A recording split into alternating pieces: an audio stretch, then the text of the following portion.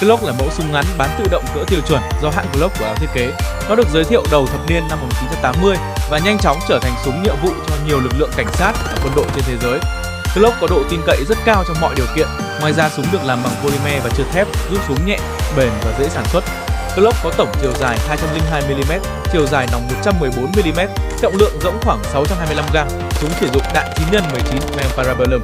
Hộp tiếp đạn tiêu chuẩn lên tới 17 viên, sơ tốc đầu nòng đạt khoảng 375m trên giây và tầm bắn hiệu quả lên tới 50m.